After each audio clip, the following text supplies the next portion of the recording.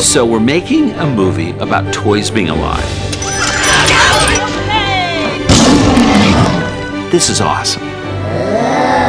We just wanted to do something that was different. Sheriff, this is no time to panic. This is the perfect time to panic! We were too stupid and naive to realize you couldn't do it. Boss, look, an alien! Where? Ah! I'm part of this thing that has gone down in cinematic history as lightning in a bottle.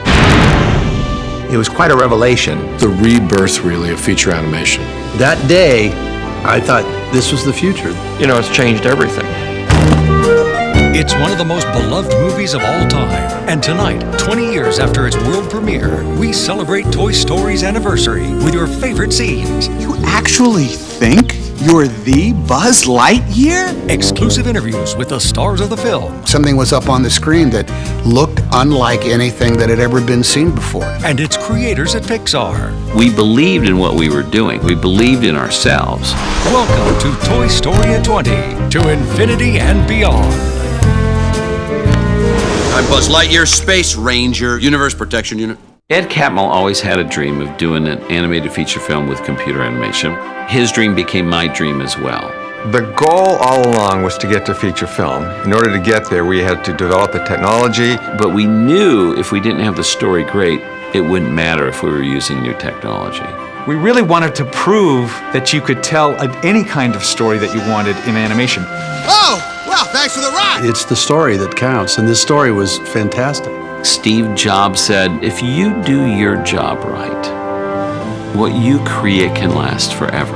This is important. Something really significant is happening here. We were all part of something that was the work of some degree of sheer genius. You did it! It was a huge break that computer animation was even being sort of accepted as a medium. And this is our first time we've ever done something longer than a short film. It was incredibly complicated. Any number of things could have gone wrong along the way. I don't really remember ever having any thoughts of we're in deep, trouble.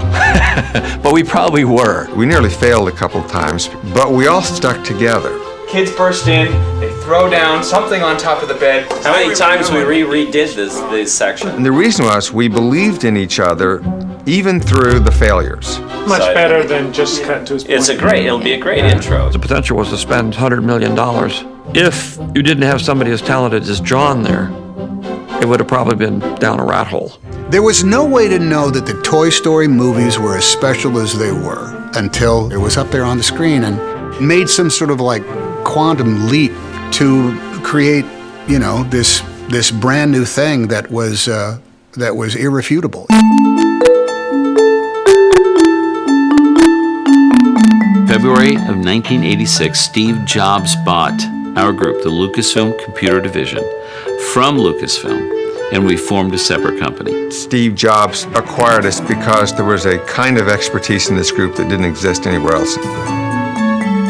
When Pixar started, there was a real sense of excitement around computer graphics. Nobody knew exactly what it would be or what it could do, but Ed and the Pixar team were just totally committed to figuring it out. Steve wanted us to continue doing computer animation research, always with an eye towards doing an animated feature film, which was our dream, which was our goal. But we'd been waiting for a while because we had started in 1980 as a team, but we knew technology wasn't ready. At the time, the predominant kind of animation was hand-drawn animation. Computer animation, it was incredibly complicated.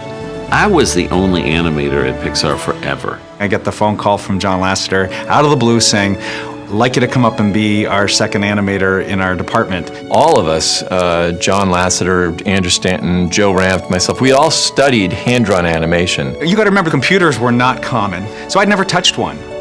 I was like, what have I gotten myself into? I had seen Luxo, this character that came out of this very familiar everyday object that had reactions that made me laugh, just the way it would turn and break the fourth wall and hop around. I was in my college in the film school, and I saw that computer animation, that tensor light jumping on that beach ball. I loved it. It was a magic that your eye could understand, but your brain couldn't quite fathom. This was so obviously a generational step up in this animated art form. A film that we made in 1988 was a film called Tin Toy,